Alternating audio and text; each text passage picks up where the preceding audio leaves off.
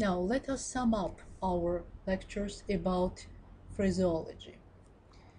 We said that phraseology is a branch of lexicology specializing in word groups which are characterized by stability of structure and transferred meaning. We said that linguists compare phraseology to picture gallery and fancy dress ball. Word groups known as phraseological units or idioms are characterized by a double sense. The current meanings of the constituent words build up a certain picture, but the actual meaning of the whole unit has little or nothing to do with that picture, in itself creating an entirely new image.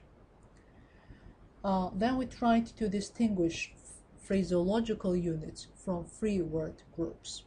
And we said that the freedom of free word groups is relative and arbitrary, because nothing is entirely free in speech, and its linear relationships are governed, restricted, and regulated on the one hand by requirements of logic and common sense, and on the other by the rules of grammar and combinability. So one can speak of the black-eyed girl, but not of a black-eyed table. Phraseological units can be distinguished from free word groups according to two major criteria, semantic and structural. Phraseological units are characterized by semantic unity.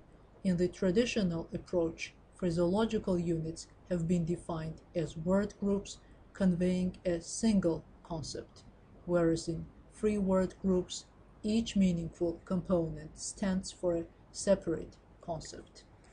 So this is semantic criterion. As for the structural criterion, structural invariability finds expression in a number of restrictions. Restriction in substitution. The idiom to give somebody a cold shoulder means to treat somebody coldly, to ignore or cut him. But if we say to give a warm shoulder or a cold elbow, it will make no sense at all. Restriction in introducing additional components. For example, to have one's heart in one's boots and not to have one's heart in brown boots. And third type of restriction, grammatical invariability. For example, to find fault with somebody and not to find faults with somebody. Then we spoke about completely and partially transferred meanings. The degree of semantic change in a phraseological unit may vary completely or partially.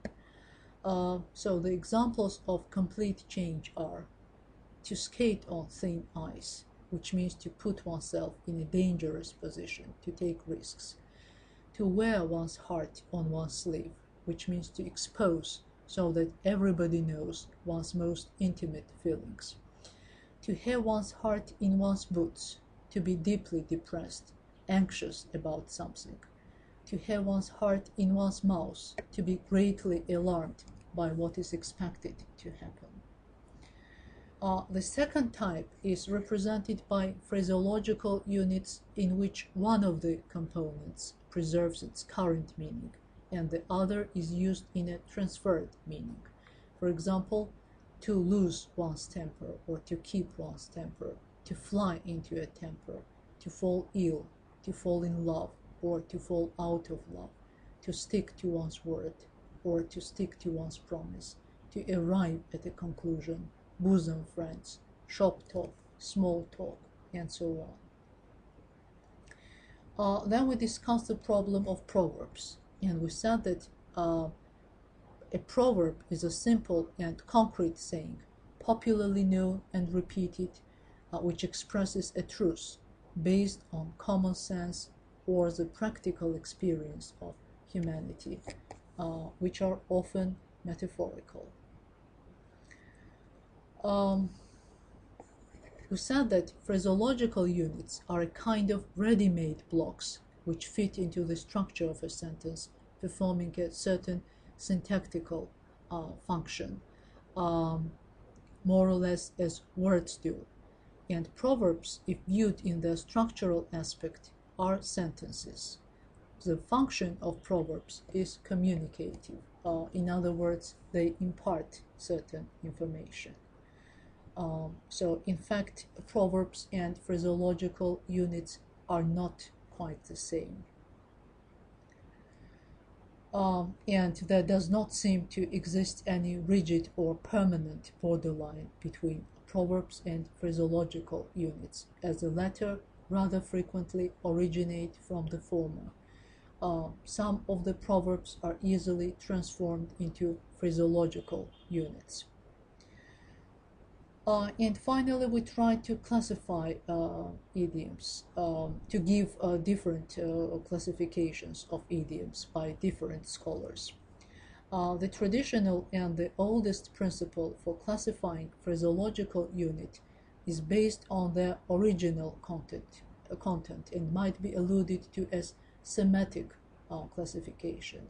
On this principle, idioms are classified according to their sources of origin. Source referring to the particular sphere of human activity, of life of nature, of natural phenomena, etc.